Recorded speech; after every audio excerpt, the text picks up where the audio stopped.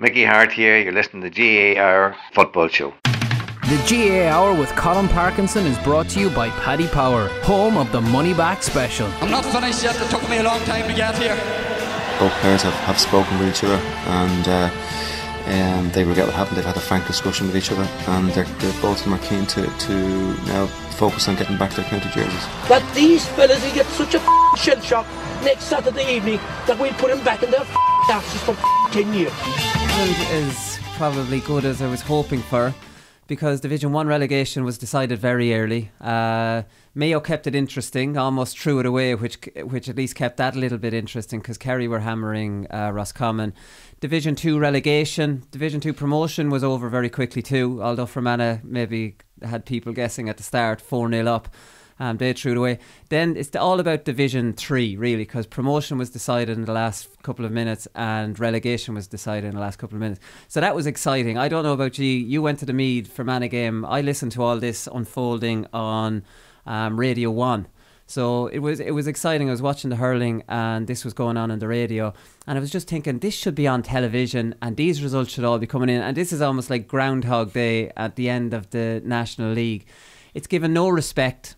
You have Andy McEntee and you have Declan Bonner and these lads saying promotion was the most important thing. It's nice to get a game in Croke Park. It's a bloody league final. You know, there's no real excitement about it. Like, I mean, you know, it's not given any respect in the calendar. It could have been an unbelievable day yesterday, and it could have been hyped up and made bigger.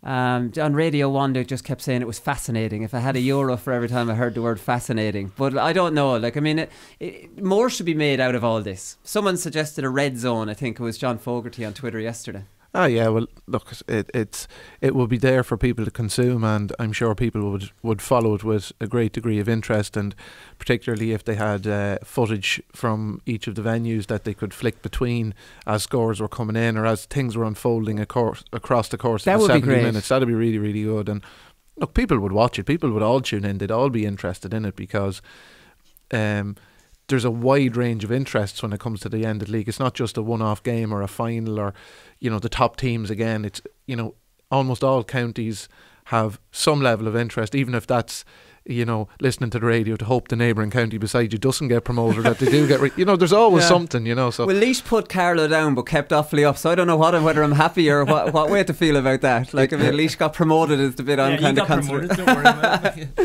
But yeah, I don't know. It's just kind of disappointing. Interestingly, Roscommon would have stayed up if it wasn't for Niall Morgan kind of play acting. Again, I tweeted something about that last night and I got absolutely attacked from all quarters, and then realised, yeah, of course there's a lot of decisions across the league that would mean you'd go up or down, but that was one huge glaring one. It was the last kick of the game. So, like, I mean, I thought it was okay to point that out. In fairness to Monaghan, they kept Mayo very honest right up until the end, even though if they could have thrown in the towel a few different occasions in that. So now we know the league Division 1 finals. So this has worked out okay for the GAA, as it turns out, because the Division 3 final now is obviously being pushed back into April. They're not playing it midweek from what I've been reading. So now the hurling and football becomes a double header, which is a nice, great. Yeah, it worked out well. And you have the Division 2 and Division 4 finals. So Derry Leitrim will be delighted that Meath Donegal might have bring a little bit more prestige to that day than there would just for the Division 3 and 4 finals. So it's all worked out well. Poor Laois and whoever they play in the final are just going to be stuck in some bog of a field. And it might never be played. It's club month next month. There's no inter-county action. That's it. Yeah, you got promoted. Why do you want the final for? Well, like, that's it. I'm already saying, Meath, we've already won Division 2. I don't care about the final. We topped the division. Next week is irrelevant. I don't care. We won Division 2. That's it. But I hope that though, like, the final's a bonus, a league final, just feign some sort of excitement for the second most important competition in the calendar. It's hilarious the way this goes on. Well, I think, look, to be fair, talking about dampening down bloody excitement. Yeah. But look, you have to look at it and say teams have had to work very hard.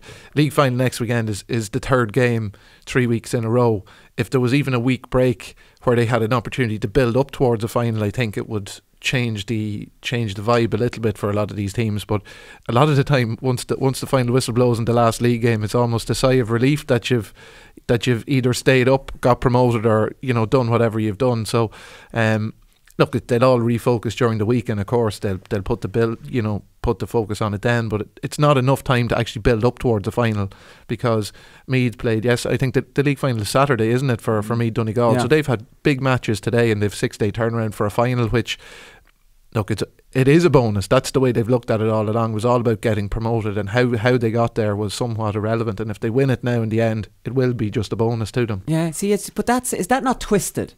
Is it not, let's win the league and a bonus is the promotion? Do you know what I mean? A knock-on effect of being in the final is that you're getting is winning the league not more important than just than just getting promoted? Why is that the be all and end all? The chances are Meath are coming straight back down. No, let's be honest. Not a chance. No hope.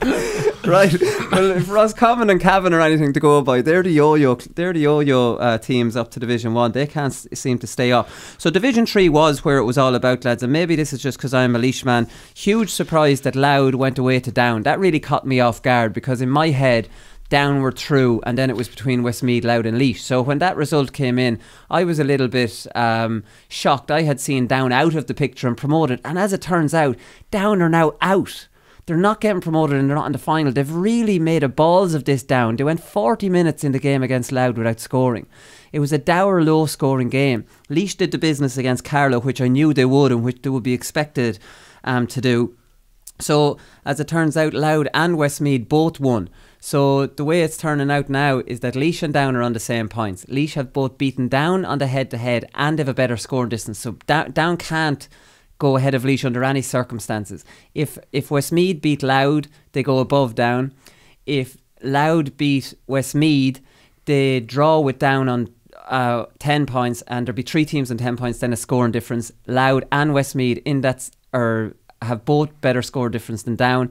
If Westmeath and Louth draw, Westmeath are on 10 with Laois and Down, and Westmeath have a better score difference than Down. Down are out, which is a huge surprise. And then it came down to the very, very last almost kick of a game for Offaly to stay up in Division 3. So obviously a draw wasn't good enough for them. They had a whole load of chances, should have won the game by more, apparently. And you have substitute Mark Abbott. So I'm sure Carlow were in that game. Obviously they wanted to beat Laois to ensure they came up or draw. That wasn't on the cards.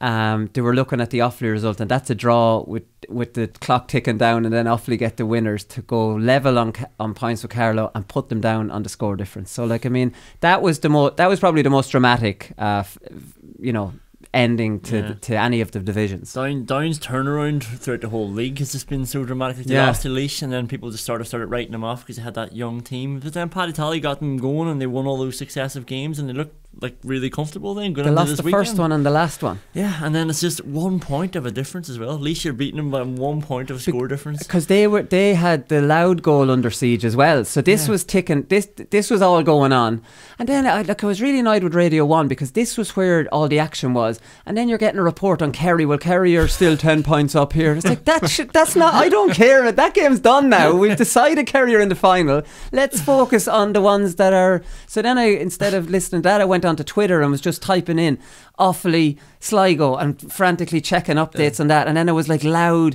Down, and that was the only way I was trying to do it. So a different searches going on. Like, it was like, but that's exciting. This is why we need the bloody red zone. Look at the shit I had to go through yesterday. I was much the same actually at the end of the Meath game, trying to frantically see where Cork getting relegated out of Division 2. You know, you're waiting for the scores to come in, but you have the score, but you're going, Jesus, what the hell was the score difference in this? You know, it's, well, that's the thing. Like, I mean, this is the thing. So Offaly stayed up. Now Carlow went down, and I mean, Sligo and Carlow went down. I don't think we tipped Carlow to go down, but it's not a big surprise that Carlow are back in Division 4. Let's be honest, it's not a surprise that Sligo are going back down to Division 4. Offaly, like I was thinking, I think I said last Thursday that you would have thought Carlow had a better league than Offaly on paper. But then I was listening to John Maughan on Midlands Radio, and he was talking about the Westmeath game when they were 13-3 up and they conspired to lose that. They were 6 up against Louth. They scored an OG to lose that. They reckon they drew with Longford, and apparently they should have won that as well. They played pretty well against Laois at home. Like, he was making the point to Brian Gavin on Midlands Radio that promotion wouldn't have been a crazy situation for Offaly, so maybe genuinely almost every season across the divisions, with the exception maybe of Division 1, where there seems to be a clear enough hierarchy at times, Division 2 and Division 3 are very much like that, where every game can come down to a refereeing decision, a bad mistake that can just change the course of your season. And like you look at Carlow there, they I'm sure will point to numerous games where they maybe had hard luck stories as well, with decisions going against them and different things that happen, or mistakes being made, or missed opportunities. But at the end of the league, after the 7 games are played or whatever, you get the picture of where you are. And Carlow were very competitive in the division, probably a bit unlucky to go down when you look at the score difference. Like it's their quite, score difference are always going to be low. I know, but it doesn't matter. It's still quite rare that you see a team with, you know, quite a strong score difference or very close getting relegated. It's usually the teams are, you know, they're minus 20 or minus 30. They've lost a few games quite heavily. So it's quite interesting that they're probably the only team in all the divisions that had a better score difference than teams above them. Yeah. So there was an incident at the end of the Laois match between it was between John Sugrue and Stephen Poacher. So I'm trying to find out some more information. I don't want to say any more on it until I know the full facts. But from a few different witnesses, it's definitely, we'll put it down as an incident. So hopefully we'll get some video evidence and see what the hell happened there. Other than that, I'm not going to say too much more. I think the Laois County Board are currently weighing up what they're going to do about the incident. So we'll play it by ear over the course of the week and see how that one pans out. Hopefully the video might have caught what went on. You mentioned Division 2 and there being not much between the different teams at those divisions. So Tipperary are a perfect example of that. So last year they were very unlucky not to get promoted. This year they've got relegated. Now Tipperary are in a really weird situation, even though a home win still wouldn't have kept them up anyways, because Cork had won and Cork would have beaten them on the head-to-head. So they were in a really weird situation, and I'm sure word was coming through over the course of that game that Cork were winning well in Armagh, but then Armagh drew it level, so did Tipperary not need any more motivation in that one. So this was a bizarre game. Tip hit 111 from playing the opening half with the wind. Incredible performance. Conor Sweeney was absolutely flying it. Colm Collins's Clare went 27 minutes without scoring with the wind. So Clare, they went in at half time. I think they were 5 points up, and Clare had that wiped out within 5 minutes of the second half. So then Clare went all that time without scoring. Tip had built up another 3-point lead. Then Clare scored 1-2 in the last couple of minutes to win it.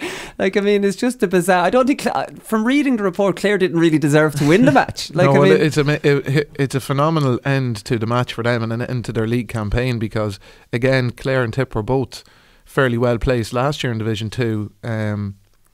So like it's just amazing how it can turn around so quickly in the space of a year. And fair play to Clare for digging it out, because that's what they had to do. Dug it out away from home, yeah. Yeah, like if you give them credit now. But your team can, like, if you're going through that amount of time in a game where you're not getting scores on the board, it can be quite demoralising for a team, can sap the energy. So to still be able to come up trumps with the scores they needed at the very end shows fairly good character. Yeah, you know? Who got the 2 points at the last couple of minutes to Tuberty win it? Probably. Tuberty and Brennan. Yeah. There you go. Who do you need in a moment of crisis? You need Gary Brennan and David Tuberty. Cork obviously gone down, lads. So this is a couple of stats here that might kind of jump out with you, and it's like Cork started the decade as All-Ireland champions and end the decade in Division 3. So that's a fair fall. And then you hear that they were in the Division 1 final 4 years ago, and now they're into Division 3. And like, I mean, you have Ronan McCarthy coming up. Now, Ronan McCarthy doesn't inspire me with confidence. If you're in a bit of a pickle, I don't want to be reading this necessarily to say we're getting out of the pickle. Now, there's obviously two ends to it. You know, the Cork plan got a bit of criticism for this Cork, you know, the Cork arrogance and all that kind of thing. But I think Ronan McCarthy has gone the complete opposite. So he said, after this, now this is after Cork going into Division 3, so I would imagine a manager would say, geez, we need to bounce back, we want to be coming straight back up to Division 2, we're better than that, we started the league badly but we rallied towards the end and we're going to build on that, we're getting straight, Cork fans, don't give up on this team, we're going to come straight back up, and be bloody bullish about it and tap into confidence that's there. And this team under my watch absolutely won't be spending more than a year down there. Meath went down once and they came straight back up, and Kildare, and we'll be aiming to do the same. So McCarthy says the notion that we're going to drop down into Division 3 and people are going to lie down and let us win matches, that's part of the problem. If we think that, we have to be patient and persevere, and it will come right. But look, the world won't stop turning. I'm sure Derry thought that when they went down to Division 3 it was as low as it could get. So I can't call that. It would be difficult to get out of it, but bottoming out, I don't know. So like, he's not even admitting that they've bottomed out yet. You know what I mean? He's using the Derry example, and it happened to Laois as well. It can happen, but surely to Christ you're not going to even put that even notion into your players' heads after. I was bowled away by that. A Cork manager saying, be careful now because we could go down to Division 4 now as well. What horrible examples to use, like Derry and Laois. Like, it couldn't get any lower than that. Like, that shouldn't even be on their radar. Not even in the thought process. Like, I mean, think about Jim Gavin there after that game they lost last week. It was like, that's not good enough for Dublin. And that's the way it should be with Cork. Like, this Division 3 isn't good enough for Cork, and these players need to look at themselves and whatever, the coaches, whoever, and the board, and we're going to get straight back out of here. Like, maybe not say we're going to get promoted straight away, but just accept that Division 3 is not on for Cork. See, usually I'd be in favour of a manager being a realist, and it did happen to Derry and Laois. But at the same time, like, I mean, that cannot happen to Cork. Cork are at a higher level than Laois and Derry were when they went down.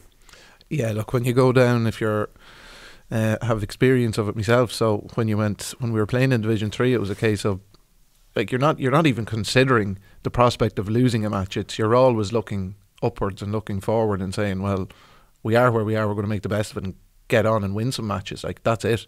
So what were you saying when you went down? Well, I suppose it's a change. It was Mick O'Dowd, yeah, it was a change in management as well. So it was Mick O'Dowd came in after Banty finished up with us. So again, it was a new manager and a new process. So it's kind of different. I suppose it's different if you go down with a manager and then you're trying to pick it up again. But no, I think, look, with the players that Cork have and the talent that they have, they just need to get a proper strategy in place in terms of continuity of what's going on down there, because it seems to me that they're losing too many players. They're trying to blood in a load of young players now who maybe aren't making their debuts in the league this year, are fairly inexperienced.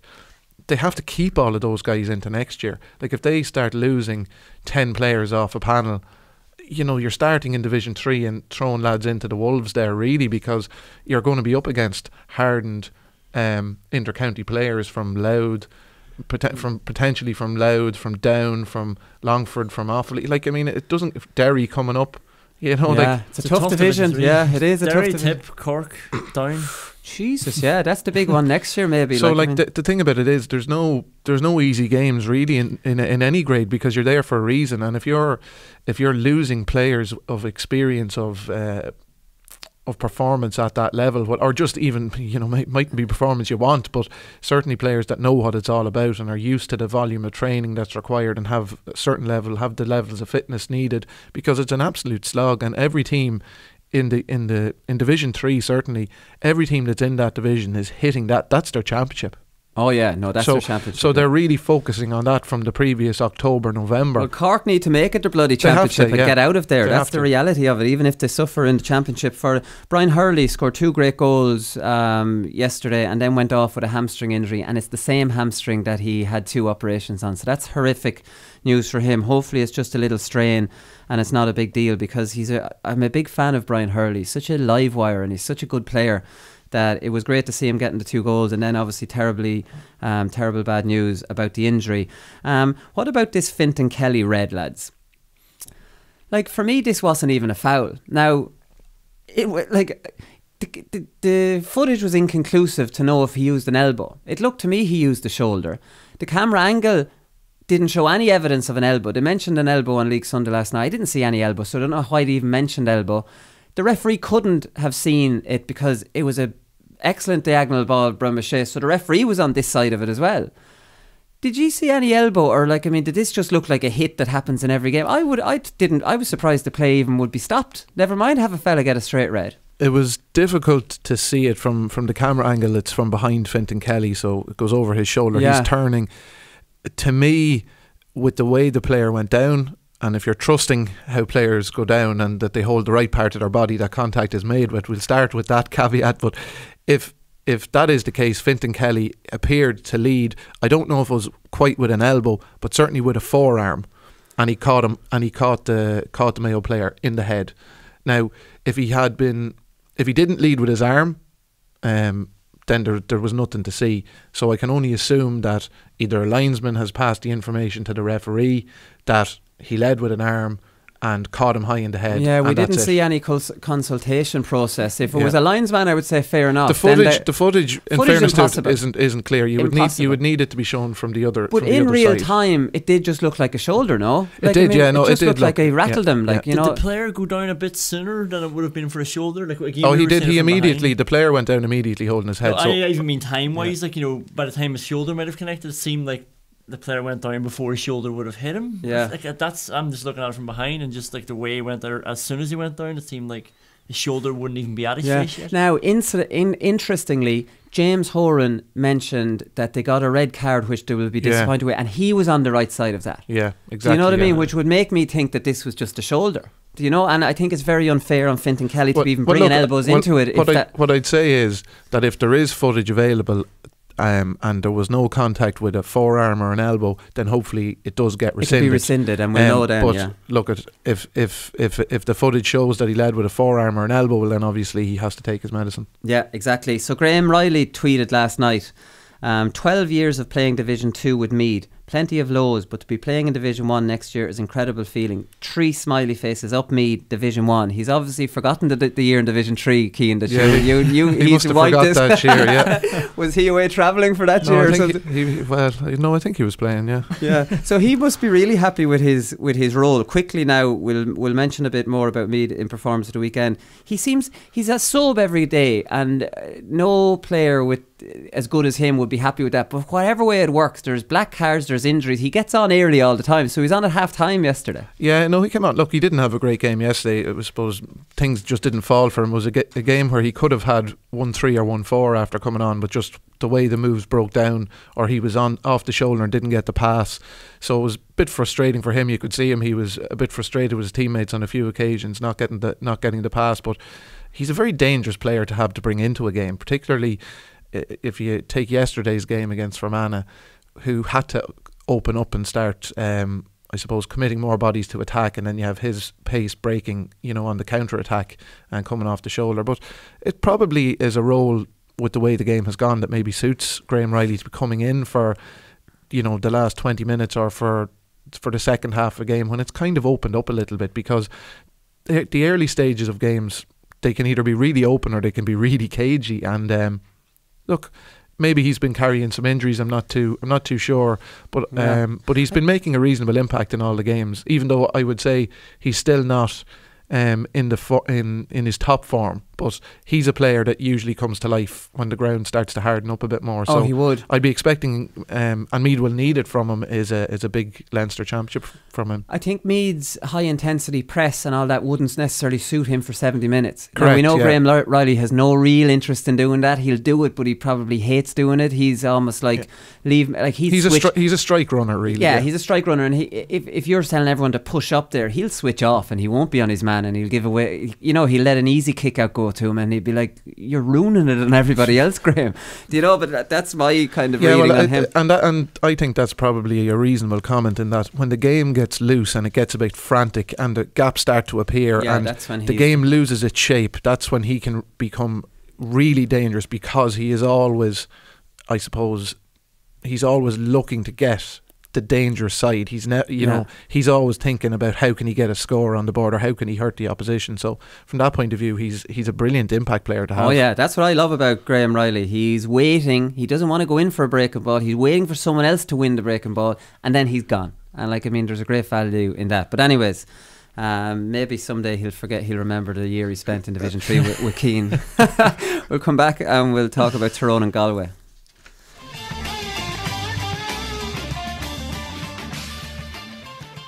So considering the conditions, lads, I thought this was a fantastic game. 315 to 114 is not what I was expecting beforehand. For some reason, for the last 3 or 4 weeks, we've had to deal with a gale force wind blowing down the field. I don't know what the hell's happened, but it's always like, and you keep saying, well, you can't really read in too much to it because there's a strong wind. When are we going to start reading into anything because of this bloody wind? After the All-Ireland final. But I thought Tyrone were very smart, and we talked last Thursday, Cian, to play Cathal McShane inside on his own in the first half to keep the runners out around against the wind, and then in the second half to put Matty Donnelly in beside him, and even Peter Hart was trying to get a bit closer, Sludden was getting a bit closer, and to use the wind and to use the long ball a lot more in the second half with the wind, even though Galway had gone a lot more defensive. So immediately, while I'm paying close attention to Tyrone now because they're starting to excite me again, they've showed flexibility, and they've realised in that second half, or in that first half, we don't have to do the same thing as we did against Dublin because we're against the wind, and Matty Donnelly's better suited out around and carrying a bit of ball and holding on to it. And I think Tyrone just seem to have their tactics kind of bang on now. Yeah, I think so. I think the turning point, or certainly when I first started to see it, was their home game against Monaghan. They definitely introduced much more kicking into that game, and look, that was on the back of a poor start to the league campaign for them. So look, they had to reevaluate and say, we need to do something here, because if they continued trying to play the same way or doing the same things, they weren't going to go anywhere. So they've had a really good finish to their league campaign, really, and there's an awful lot of positives to take from it. And they definitely, from what we've seen near the end of the league, they have the game now to challenge any team, including Dublin, with the running game that they have, which we know is fantastic. And then they have dangerous ball winners now up front. I think McShane was really, really impressive, actually, in difficult conditions against Galway. In the first half particularly. This is Kieran Donaghy-esque, the impact this lad's making. The catch for the penalty was like the Donaghy catch against Longford. Remember when he started? Yeah. This was like Evan O'Carroll catch. This was like spectacular. And the ball had travelled so far, and Sean Andy O'Callagh is no mug, and all these things, like this lad's making an impact on Tyrone similar to what Donaghy did for Kerry. His movement is really good. He can win it out in front. He's making clever kind of lateral runs that that the lads are hitting him across field passes. He's well able to compete for it when it comes in the air. And he's shown that he has a good skill level off both left foot and right. Yeah. A lovely solo dummy on his left foot to get a score. So he's doing a lot of really, really good things. And I suppose he's maybe a victim at times of because he's such a good all-rounder. Tyrone have probably tried to get him into the game in loads of different positions, playing him wing forward, or he could be playing anywhere for them. And it's great to have that versatility, but sometimes you need to just have a position that you play, that you can get a run of games in, that you can kind of understand how you can help the team on a consistent basis rather than moving around positions. So he's actually almost like getting a new player for Tyrone. I know he has played in there at times in the past, but to get a consistent run where they're actually using him. He's been in there. He's been in there in the past, and they continue to run the ball. And I don't think he's yet the type of player like a Jack McCarron or he's not a looper, no, that comes around on the loop and can score from distance. Now he's able to do that, but probably not as proficient at it as he is at being a first phase ball winner. Yeah, no, definitely. And they put McGeary on Michael Daly and they put Hampsey on Shane Walsh, and in the first half, they're two good man markers, but at the same time, because of Tyrone's tactics and they're pressing a little bit further up the field, they were left a little bit open. But that's the game that you play now, Tyrone, and I think it suits you. And just because Hampsey got a little bit of a roasting off Shane Walsh in the first half, I thought Michael Daly and Shane Walsh ran the show in the first half. Yeah, and what did Tyrone rack up? Was it 7 points, 8 points in the first half, against that wind? And Galway only got one, and then one at the very end of the game, when they were going for goals. So Tyrone were very effective, whatever way they were set up, and they were playing the ball earlier. And I think the defenders, we've always talked about Tyrone's defenders being good enough. Yeah. They hold these, Hampsey is an all-star, he's class. McKernan, when he comes back, they have these boys to really hold defenders out. And when they're playing the ball in early, then it's going to suit them more. It just suits them so much better. It's not we've mentioned this before, it's not part of the Tyrone DNA to turn your back and retreat away from the action. The famous clip of the Kerry thing in 2003, where they just completely rattle Kerry to the point that we'd never seen that level of intensity before, that level of get me that ball back, I'm ravenous for it. And then to just tell those players here, actually, they're all retired now, but to say, we don't want that, lads. We want you to allow them to build out as slowly as you can and go back in there and wait for them. That's not Tyrone. Like, I mean, I think this suits them so much better, because the obvious difference is the ball into McShane and Donnelly in to help him. I think Donnelly would be in full time with him unless they're against a strong wind. That was smart. And like, I mean, okay, I'm giving it credit for being smart. For me, it's not that smart, but at the level we see from some managers, it was smart. But it's the pairing off all over the field. That's the biggest difference nearly for me with Tyrone. Yeah, look, it's and the thing is, against most opponents, or well, really against all opponents, Tyrone have the right mix of players in their defence to match up against most teams. They have guys with pace, they have guys with strength, they have McNamee there, who's a tough customer at full back. Like, so they have a right mix of players, to come up to kind of get their matchups right against most teams, or certainly that they're going to be very competitive against most teams. Like, there's no players there really that I would consider to be a weak link within the Tyrone defence that you're thinking, oh, they don't have a matchup here for these players. So I think what that's done is it's given confidence to their players further up the field, that they maybe can trust them a little bit more, and they can start playing their own game to a certain extent, rather than what you're saying, which is retreating back. Interestingly, is Colm Kavanagh continued his own role. That won't work in this new system, because you're giving them a free man to create an overlap. It's going to cause problems, and I can see this being ironed out. If Mickey Hart doesn't want to fix it, the players are going to say to themselves, Colm, your man's caused an overlap, it's ruining us. If we are pairing off one by one, it's a riskier game, obviously, we know that, because if one man beats his man, well then 2 or 3 defenders have a decision to make. Do you back off him or do you go to him? Now, it's not fatal. You can still do it. Like, it's been done for years, where good defenders will maybe go and come back and maybe scare your man into making a pass when, you know what I mean? You can still defend against it. It just makes it more difficult. And you often hear conversations at halftime in matches, lads, they're breaking from midfield, they're killing us on the overlap, and players are shouting this in the dressing room at each other. So I can see the players fixing this Kavanagh thing, because I can't see that working long term in this new system. Could he play 6? There's a couple of times where he turned the ball over around the 45, and he's just so aggressive around the middle anyway, and you should be using him sometimes when you need to stop a goal. Like, then he can drop back in that situation, or double up. Like, could he play there? He can play in a holding 6, No, well, I think with Kavanagh, it's going to be about him. He's just really back into it. It's about him evolving slightly from what he's been doing over the last number of years, because he's going to have to. He can't, like, there were occasions in the first half where he was standing back in on his own 21-yard line, and there was no one anywhere near him, and Galway were passing the ball around, and then they'd work it to a handy shot 30-40 metres out, and like, what's he doing in there? Well, against the wind he was, so Galway could shoot from distance, so he wasn't really... So he wasn't doing enough there. Now look, that's one particular incident. I'm sure there's other occasions where he was stepping out into good defensive positions, and he is a clever player. So I think that if Tyrone have changed, which to me it looks like they have, I think he will evolve his game slightly, because I think he'll realise himself, and like that, players they'll sort that out amongst themselves, I think, because I think there will be times in the game where he's going to have to drop back and block those gaps, and if a defender gets slipped, he's there to do it, he's there to block it out. But when the play gets slowed up, he needs to press back out again. There's no point in him standing in there effectively doing nothing while his teammates are trying to press the ball. So a bit of refinement will be needed, and it's really only in his particular role, but he is so good at covering gaps and getting in these last ditch tackles that I'm sure he'll find the nuanced way to get it done properly. See, my theory is that Colm Kavanagh decided this role himself.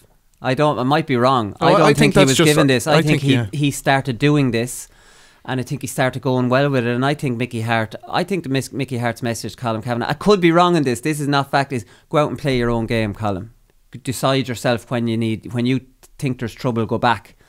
So that's a difficult one. If that's been the message from Mickey Hart, Colm Kavanagh, say, Colm, I don't want you to do that. I don't want you to use your own kind of instinct as when to go back. I don't want you to go back at all. Do you know what I mean? Unless your man is completely no threat. It was easier to do that when there were 14 players back. Yeah. I think the game has kind of moved towards back towards more attacking play, I would say, or certainly there's more talk now about how teams are using the ball as opposed to how they set up defensively. That switch in terms of how games are being covered, a lot of the media coverage is now about attacking and working the ball and kick passing the ball and stuff like this. that seeps into players' mentality as well over time, that there's a certain I suppose message being spun. You know, when Donegal won, there was the copycat thing and everybody was doing it. It's flipping on its head a little bit now, where we're starting to get back to seeing probably more balanced football, where there is a little bit more emphasis on attack, and players themselves will move towards that. And I think Kavanagh's role was almost like he felt he needed to be doing it. I think that'll slightly change. It'll have to, because he won't be, you know, they'll be doing their video work after certain games, and if he's standing back in there, his teammates are going to be pointing that out and saying, look, you're standing in there doing nothing while we're all chasing around here.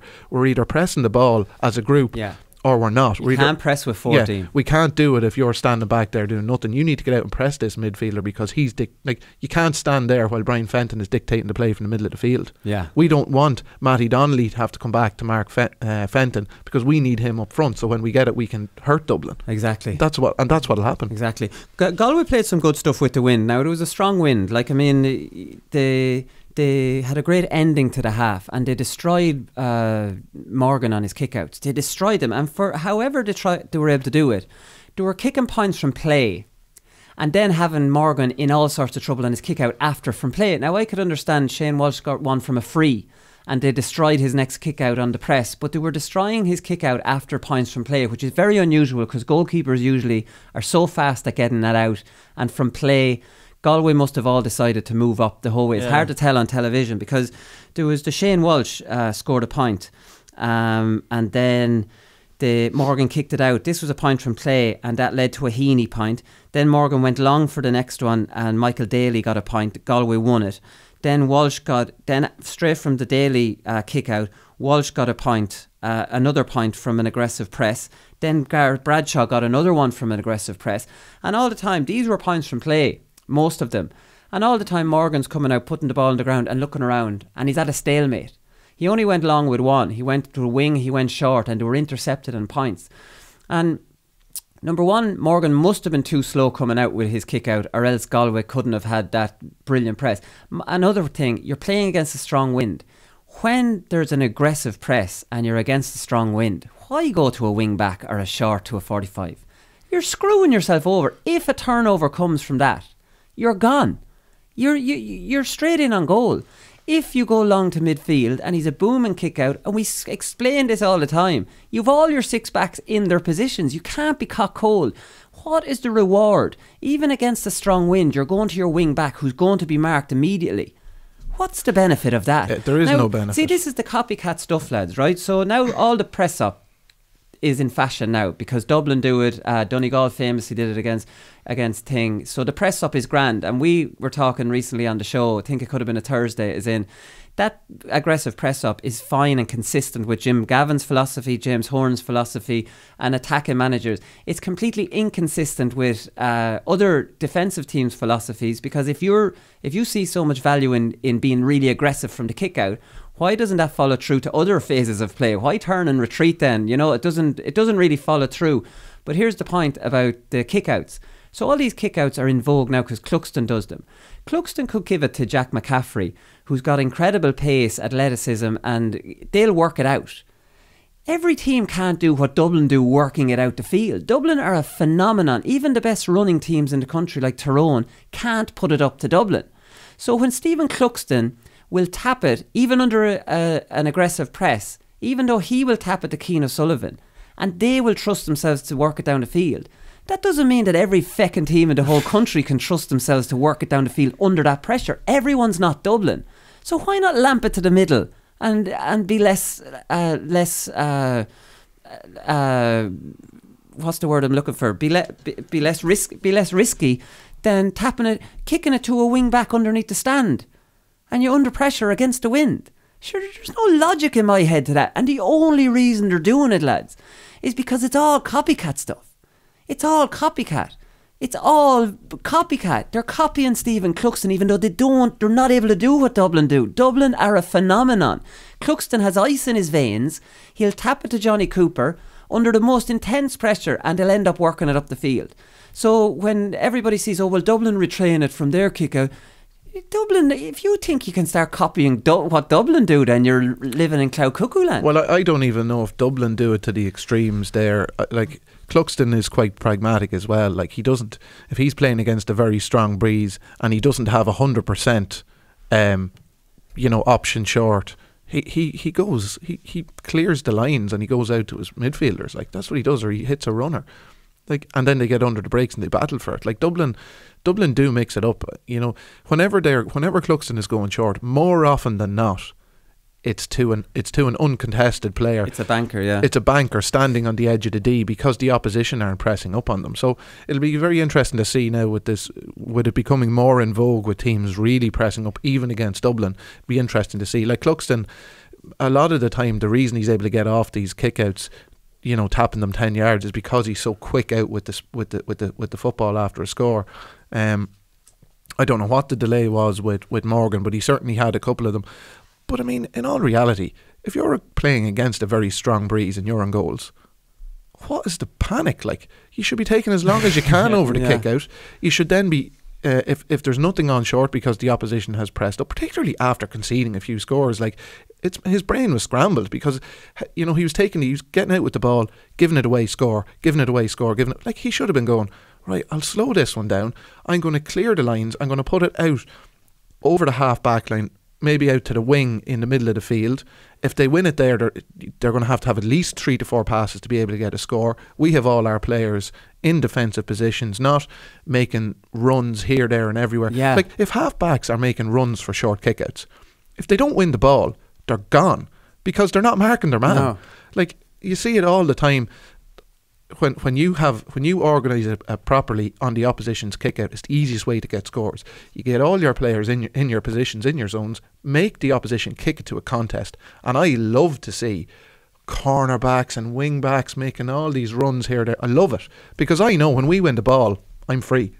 Yeah. I'm free. It's going to be a handy score if we get the ball. That's why they do zonal. Yeah, we discussed that before with Dublin. Wasn't it Kilkenny in the All-Ireland final when he just stayed zonal and it came straight to him players unmarked? Are running towards you as well. Like, that was the thing, yeah. But look, it's definitely a weird one, and it's definitely a case of, if you're against the wind, a manager telling him, if they have an aggressive press on, forget about this standing over, because it also adds panic throughout your team. You're not calm, you're going and then you're stopping and you're putting your hands out.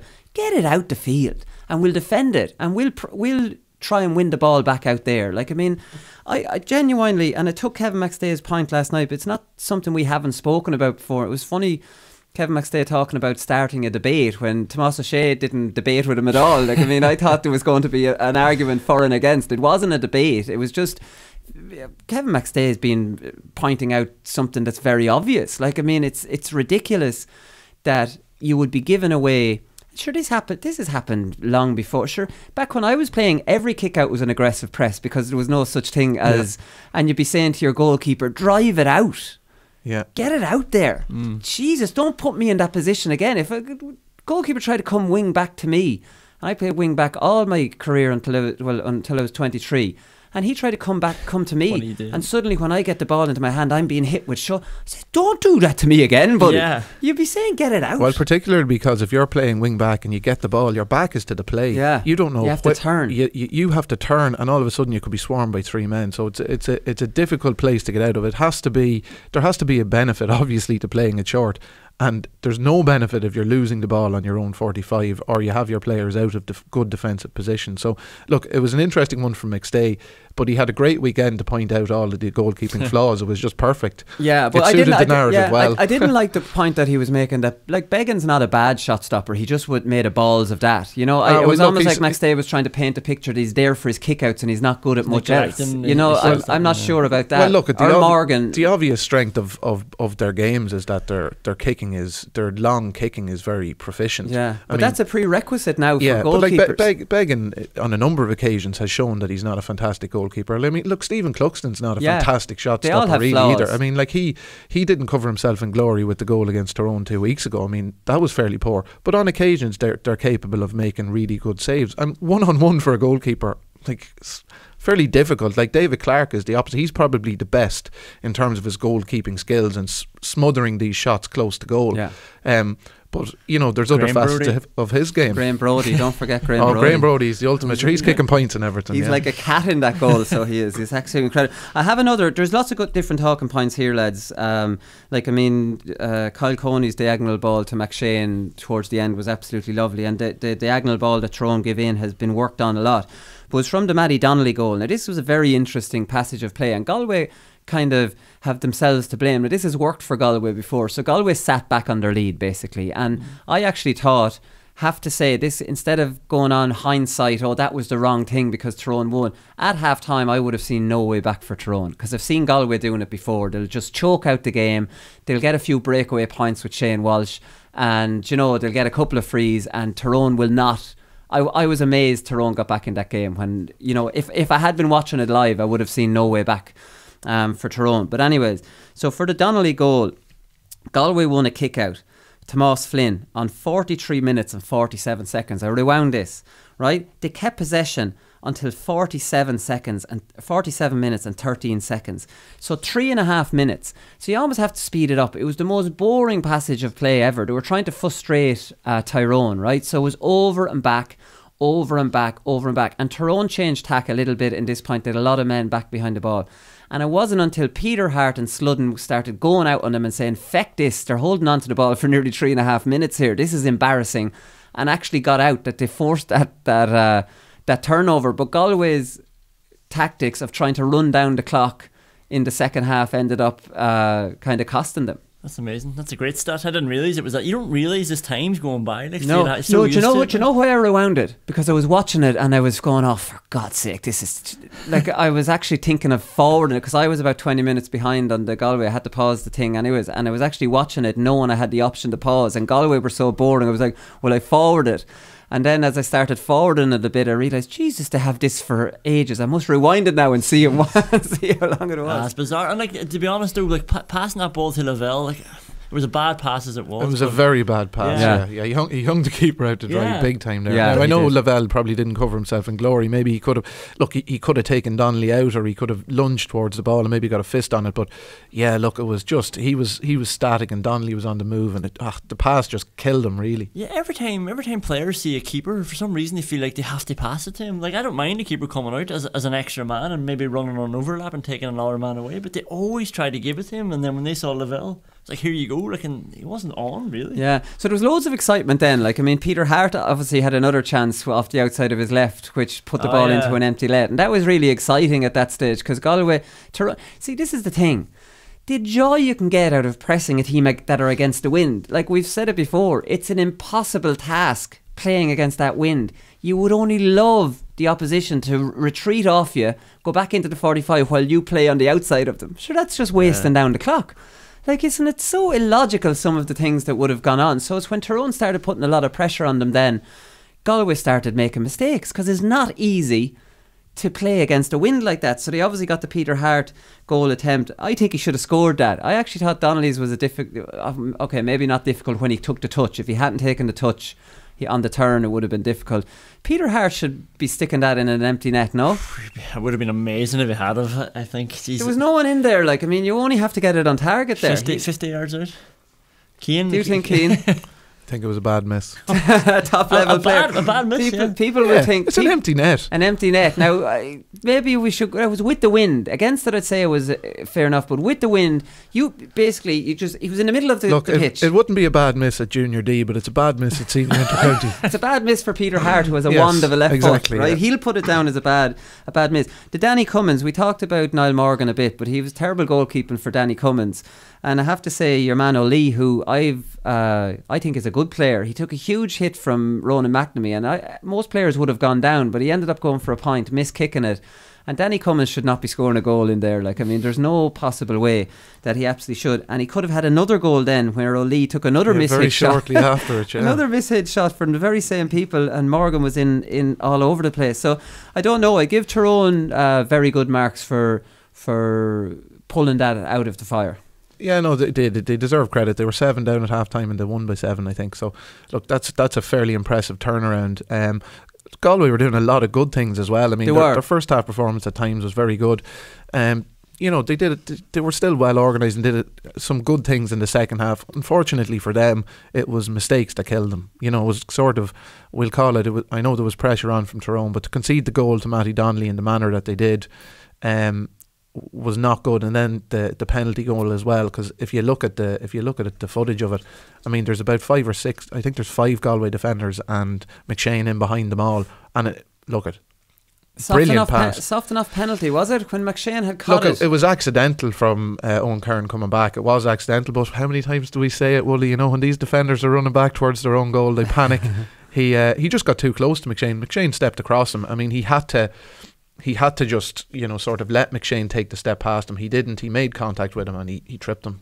Penalty. Yeah, no, exactly. Michael Daly was impressive enough in the first half. Like, it's good for him to be back from a Galway point of view. Wearing 14 but playing out in the half forward line. Galway played a 2-man full forward line, Danny Cummins and Anton O'Lee. They were the two. So similar enough shapes anyways. Like, Galway aren't overly defensive. I think they'll be disappointed. I think Tyrone pressing them in the second half messed them up. It was 3-8 to 3 points in the second half to Tyrone. And I mean, Tyrone are getting so much joy out of this new system. Like, I'd say their supporters are thinking, how do we ever defend the way we used to play? Yeah, I'd say the players, most importantly, are probably thinking that. Because no, that's Dublin and Galway, two of the best teams, two of the league finalists last year, and they've made both of them look very human. Like, you see them making mistakes, and you see that high ball, like the last goal, it's just Lavelle feels like it has to come out. Sean Andy O'Kelly's not having a good game, just panic in the area, just a high ball in and it breaks and there's another goal. Yeah, making these great teams look bang average. Yeah, exactly. Right, so good stuff from Tyrone, decent stuff from Galway. That's that. We'll be back with Paddy Power performance of the weekend.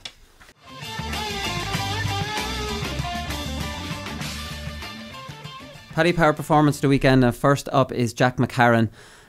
Sensational. Just, he was on it, and I think consistency is his issue. The first looping point was absolutely a beautiful thing. If you want technically how you loop around a player and score a point, it doesn't get any better than that. And even the layoff to him, it was just like so obvious that this is work done by Monaghan, and no one was in any doubt what's supposed to happen here, and you just lay it off. He scored some great array of points, even an unbelievable point with his right foot, which I didn't think he even had in his armoury. Have to say, Conor McManus scored a point in the second half, which almost was so unbelievable. I don't know how he did it. Now, you'll talk about his point against Tyrone last year in the championship. I've never seen a point. I don't know if I've ever seen a point as good as this. So his back is to the goals. He's coming back out on his wrong side. So he just jinks back. He doesn't know where he is in relation to the goal. There's a man on him. He's trying to be blocked down. In the blink of an eye, he dropped that on his foot and he curled that from his wrong side. Now, so if you add up, didn't really know his positioning. If you had that shot 10 times from that angle, you would be doing well to get 4 out of 10, 5 out of 10. Well, I would anyways. So he did it in the blink of an eye, on a turn, not knowing where he was, with a man trying to block him. It's all, what that man does is almost beyond belief. Yeah. You know the point I'm talking about? Yeah, I do. And I remember watching it and thinking it was just sensational. How did he even do it? Very few players would reach the goals. From it was a standing position. So as you've described, he's moving away from the goal. He puts the brakes on. He swivels, and from a standing position with the defender basically directly in front of him, he just almost clips the ball over. To be able to generate the power in the strike, and to know where he was, just everything about it was magnificent. Like, he had to make the decision in such a short space of time. Like Brendan Harrison on him, who's a good defender, but the speed he dropped the ball to his foot, because if he hadn't dropped the ball to his foot that fast, he's going to get blocked down. So all this is happening in his head in a split second, and he scored that point. Like, I mean, like the angle was ridiculously tight as well. The wrong side, under that pressure, you have to take weather conditions. Like, this isn't Croke Park with a brand new O'Neill's football on a summer's day either. It's down in Castlebar with the wind probably howling, and he's taking it from the wrong side. Look, it was just, everything about it was just ridiculously good. But he's one of these players that has been scoring points that are worth the entrance fee alone into a game, and he's been doing it so often. He's the best I've ever seen from that side, so that's not his wrong side. No, I was just going to say, I don't think it is. Like, remember against Neil McGee in the Ulster final that time, and he scored 2 from that wing, and it was being really markedly tight and double marked on one of them. You see, like, that's what makes it more unbelievable sometimes when Monaghan miss frees from that side and he's not hitting them. It's like just let Conor McManus hit them. He puts him over from the wing with somebody trying to block him. Yeah, yeah. No, to be honest with you, if you're to look back at that point again, it's nearly you'd be in disbelief as to how he scored it. Right, when you add in all the different factors together. But I don't know whether we should be surprised when it comes to him. Michael Cassidy, lads, not a player I knew too much about. A big lump of a fella, wing back for Tyrone. 2 points from play. The second point he scored was out of this world underneath the stand. Now he was with the wind. The pass for the penalty, he put that in. Now, is Mickey Hart looking at players who will fit into this new system of his, you know, that are good off the boot and want to actually kick it down? Because Mickey Hart made a comment recently, kicking long kick passes is not part of our DNA. I disagree. Hart, Sludden, all these lads are able to give those lovely little tasty balls. This lad can give another booming one if you want, like if Aidan O'Rourke from Armagh back in the day, or Tomás O'Shea for Kerry, off the outside of the boot from the right half back position, give it diagonal into McShane. Like it was Ronan Clark used to benefit from the Aidan O'Rourke ones, or Donaghy from O'Shea. Lovely little tactic. If this is why Cassidy's on the field, he's a booming kick. Yeah, he played well. Again, like yourself, haven't seen too much of him. Got 2 really, really good scores. And he's active in the game. Like, he buzzes around a lot. Yeah. He's a strong ball carrier as well, which obviously is very important with the way Tyrone play. But he's good strike of the ball. I mean, like the scores he got were the first one, you know, in the first half, difficult kick into the wind. One he got in the second half was sensational score from out on the wing, and then to be able to deliver that ball, I know wind assisted, but nonetheless, to be able to deliver the ball where he wanted to from that distance is an important skill. Yeah, definitely, and it was an unbelievable. It was Cathal McShane. So, like, I mean, all the different things he did in the game, like the last point off the left was, you know, very impressive to have that composure. Like the catch, the spectacular catch for the penalty. Like, I mean, there's so many different things. The mayhem he caused for the goal, the last goal. Like, I mean, that was just another ball, but this lad has got this aura maybe creating around him now that Lavelle felt he had to come out and help his full back because this lad has him up in knots. Look, this lad is just I can't believe a player that I thought was an all-Saran has become such a good player. Genuinely, I don't want to disrespect him by saying all-Saran, but I just thought, meh, what is he? No, and it feeds into what Cian was saying. They were just trying him in different positions and he was filling in where it was necessary to fill in, so he probably never got a run again. He can take his man on if you want. He's a big fella. Like, I mean, he's the subtlety of a forward, but he's got a battering ram, and I did not think he was as good a fetcher as that. Not because those balls, they're not really midfield fetching balls. They're bloody hard balls. I've only seen Donaghy to catch them regularly. Yeah, on a consistent basis. Yeah, no, so it's a totally different flight on the ball when it's being kicked from the hand from that distance. Yeah, the speed on it just makes it difficult to catch. And you have to mark that from behind. Do you know what I mean? So then that means he's winning ball in front of them when that ball's not coming in, so he's just going for ball in the chest. Like, you know, but you have to stay behind as a fullback, and then he's getting out in front then and winning sort of handier balls. So it's a real dilemma for fullbacks. Yeah, no, it definitely is. So he's in it. I can see him featuring in it again. Like, I mean, because he really has his tail up. James McEntee. 1-1 from midfield, Keane, and like, I mean, his new midfield role. Oh, from wing back. Oh, is he wing back? Yeah. He seems to be picked, and don't tell me he's been in wing back the whole league when he's been playing. No, Shane McEntee is playing midfield. Oh, You're mixing them up. Yeah. Oh, right, okay, so she's Shane McEntee then. Sorry. Yeah, so James was brilliant again from wing back. Like, he's very, very strong runner, and really he's one of Meade's top men, along with probably Donald Keoghan in the half back line. Killian O'Sullivan in the half forward line, just in terms of running power, ball carrying, ability to break the line. And he's actually one of Meade's most important attacking players, really, particularly in the league so far, with a lot of teams dropping bodies back. He's the man that can break the line for Meade and really cause problems. And he was instrumental again against Fermanagh, particularly in the first half when Fermanagh were on top and were dominant in the game, and Meade were struggling to get out against the wind.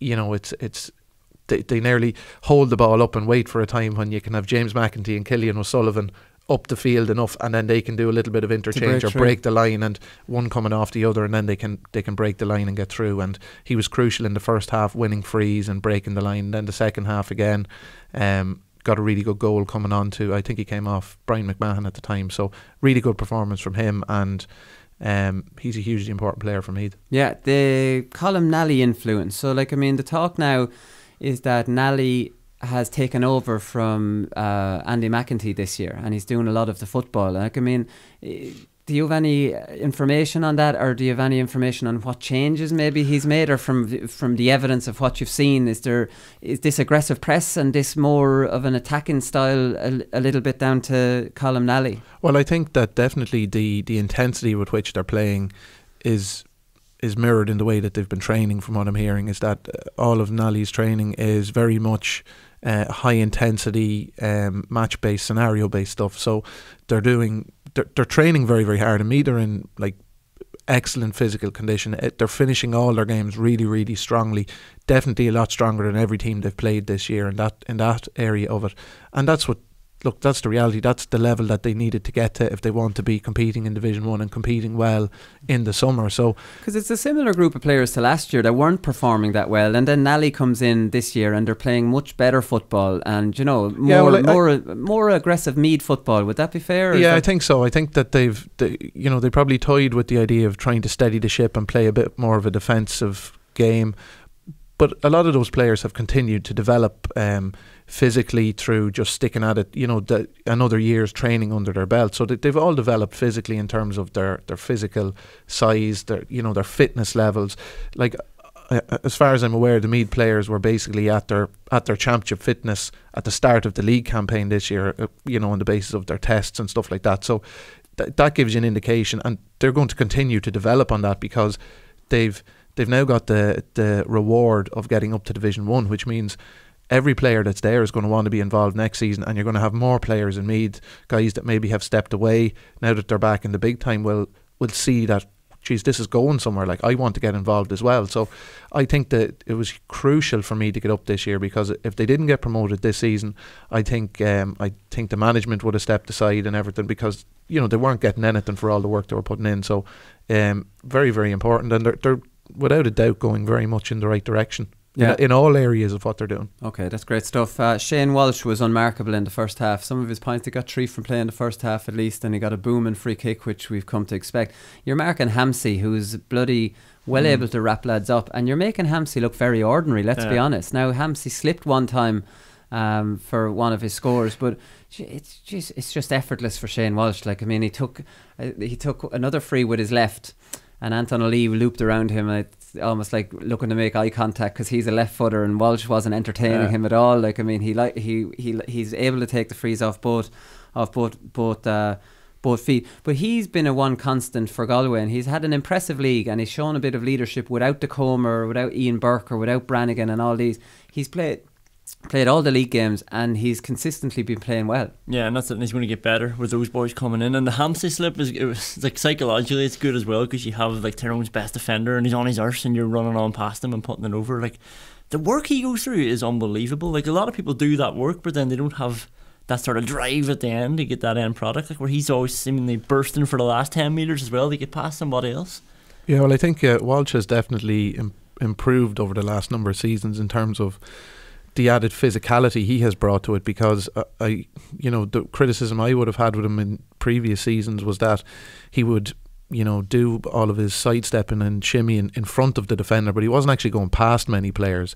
It was only when it opened up for him that he'd accelerate through it, whereas now, I mean, he looks like he has a confidence in his own strength and physical power that he's able to break the tackle, and even when there's a guy in close contact or making physical contact with him, like Hampsey was, he's happy enough that he can still drive through and shrug them off. And that's a complete different dimension to him. And if he does that again on a consistent basis throughout the championship, like, good and all as he has been, at times in previous seasons, I mean, that takes his game to a whole new level if he's physically, breaking through the tackle as opposed to trying to always evade the tackle to get through. Yeah, his turn of pace is out of control. So Dean Rock got 9 points, 4 from play, including 1 mark.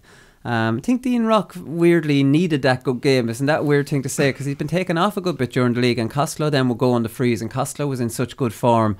I think Dean Rock just maybe needed to steady the ship, and for all-star top level players like he is, he'll just say, there you go now, that's closure on that league with a good game, and now you know what I mean? It's amazing how you can just put a patchy league behind you with a good performance and psychologically go, here I go now, here's championship time now, I'm back. Yeah, it really seemed that they were like trying it out without him, didn't it? Because there is no room for Costello and Rock, I don't think, once you add in No, I don't think so either. Mannion, Kilkenny, like all the boys, you know, so it did seem like they were trying to see how would Costello go without him and how would he go on the frees, but yeah, it's just a really good marker to lay down for Rock, and I don't think he can go without him in the championship. No, I don't think so either. So Kevin McLaughlin 2-2. Now it's hard to tell off the highlights last night whether McLaughlin was given one of these kind of roaming roles. Was he given a role stay inside as a ball winner? Because it was actually the pass from Doherty to him towards the end, who ran from the full forward position, and I was thinking, geez, I wonder if Kevin McLaughlin maybe stay in there the whole game. That's interesting.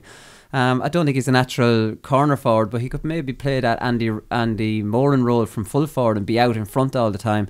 He got 2-2.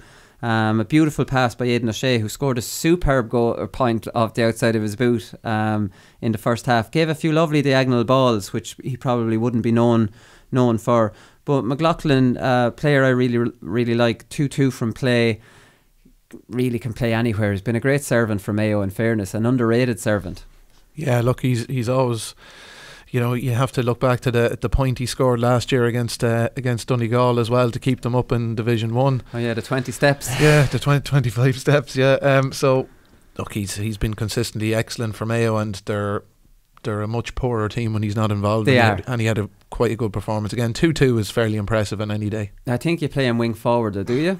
I think so, yeah. Like, well, they seem to be interchanging well, and you want them doing it, him and Aidan O'Shea going in and out. Well, you see, I like McLaughlin further up because I think he's a score threat, you know, in a way that some of their other players that have been played in the inside line, even though they're inside forwards, they're not really troubling the scoreboard enough. Like, I mean, you'd have him ahead of Evan O'Regan every day, even as a corner forward. Any day, yeah. Killian and Andy and Jason O'Doherty. Yeah. You could play him in the Jason Doherty role if Doherty got injured. He'd be very good at buzzing left and right because he's faster than Doherty, and he's actually a very underrated passer of the ball as well. He sees that diagonal pass as well. Like, I mean, that's definitely a role for him, playing out in front of Andy Moran and Killian, because I don't think Andy Moran can really, over the course of 70 minutes, play that role of making those breaks all the time. Because no matter what way you look at it, some people always think, oh well, it's grueling doing all the work in the half forward line, but trust me, it's grueling making that first break in the full forward line. You're doing high intensity sprints all the time. And Moran can't do that, where maybe they're trying. In fairness to Horan, just to finish up, he's definitely experimented to the point that he's got plenty of options which Mayo haven't had at all. So like, to make a league final and have that many options, like, it's been a massively successful league for Horan. Yeah, hugely positive. Started off quite well, little lull period, and finished really well for them, with loads of different players getting game time, and guys. I think he said 30 last night. Yeah, like, that's fairly impressive, really, and that's exactly what I mean. He couldn't have scripted it any better. To get to a league final was a bonus for them. Right, we'll leave it on that. Okay, we'll be back on Thursday and we'll preview the 3 league finals. We'll be doing a special show the following Thursday to preview Laois's league final against whoever they're playing. We'll talk to you next Thursday. Good luck.